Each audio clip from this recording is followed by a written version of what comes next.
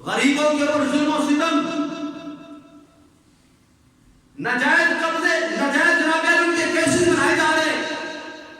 اور جن کے پیچھے سفارش کرنے والے ہیں، جن کے پیچھے پیسہ چلتا ہے، وہ 4 بندے مار کے بھی وہ ہلاکو خواہ بنے ہوئے، ان کو کوئی پوچھنے والا نہیں ہے۔ یہ ہمارے ملک کا نظام ہے۔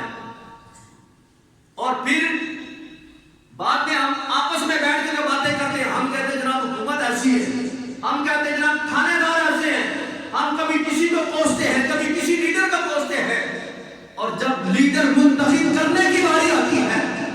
لائنوں میں لگ کے دھکے کھا کے ذلیل ہو کے